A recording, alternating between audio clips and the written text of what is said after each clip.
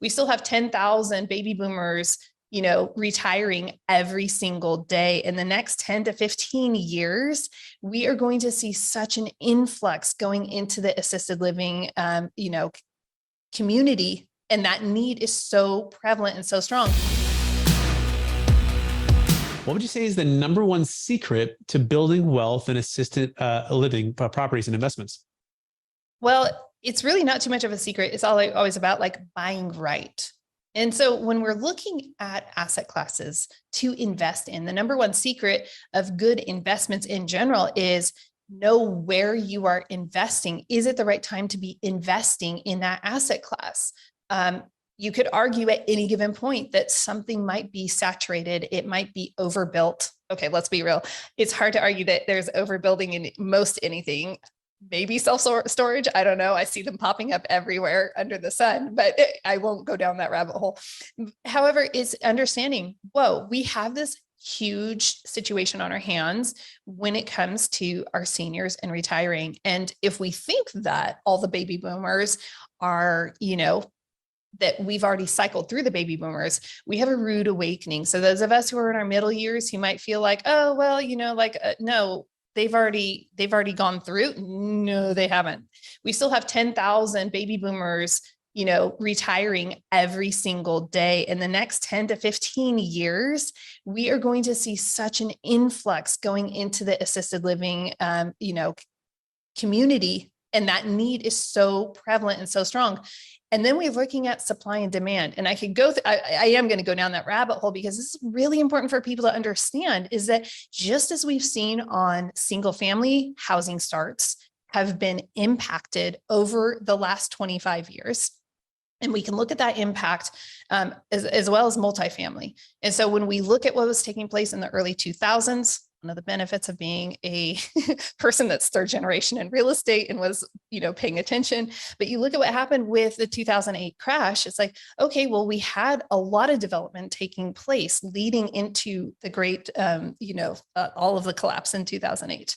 And when that collapse happened, so much of our housing starts faded away and went away. And we were already behind going into 2008. We were already behind on our housing supply.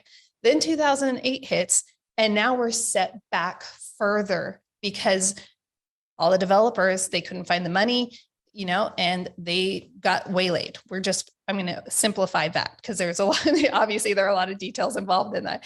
And now we are still seeing, we haven't caught up.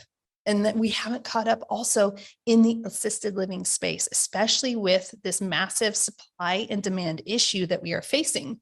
And compound that by many of these assisted living facilities, which I personally prefer calling them communities, but like the asset class is actually known as assisted living facilities. It's one of the semantic things for me. So I just have to throw that in there. But when we look at that, we are looking at so many of these facilities are owned by mom and pop. They're owner operated. Guess what? They want to retire too.